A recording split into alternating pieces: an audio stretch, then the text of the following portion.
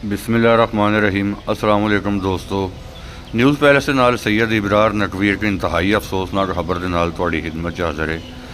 दोस्तों, इंसानियत मर गई है बिल्कुल ही। एक और मासूम कली जिहड़ी है वो एक वहशियां की नज़र हो गई, एक दरिंदियां की नज़र हो गई। मंडी बहावलदीन थाना मलकवाल का इलाका वे, मुरादवाल गाँव है।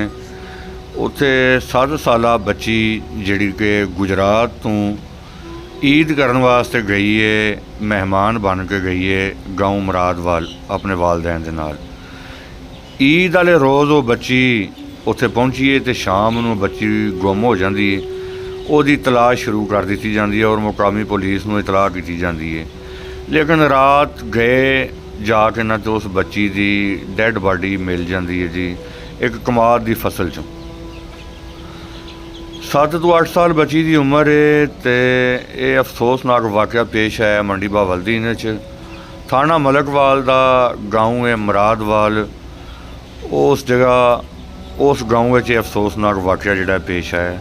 अल्लाह की ज़ात पाक ज़ालिमां नूं गर्क करे, अल्लाह की ज़ात पाक की लानत होवे इन्हां ते। इन्हां दी कुत्ते तो भी बुरी मौत होनी चाहिए है और इस ज़ालिमां नूं फिल फौर गिरफ्तार करके ते कैफरे किरदार तक पहुँचाना रियासत की जिम्मेदारी है। ज़राए के मुताबिक, पुलिस के मुताबिक बच्ची दे नाल ज़्यादती करके ते उसनूं कतल करके उसकी लाश जिहड़ी है वो वीराने जंगल दे विच एक फसल दे विच जिहड़ा ना वो फेंक दी गई है। पुलिस जिहड़ी है मसरूफ़े तफ्तीश है ते मालिक इन्हां नूं गर्क करे ज़ालिमां नूं और उस मासूम बच्ची जेडे लवाकिन ने उन्होंने इंसाफ दिता जाए।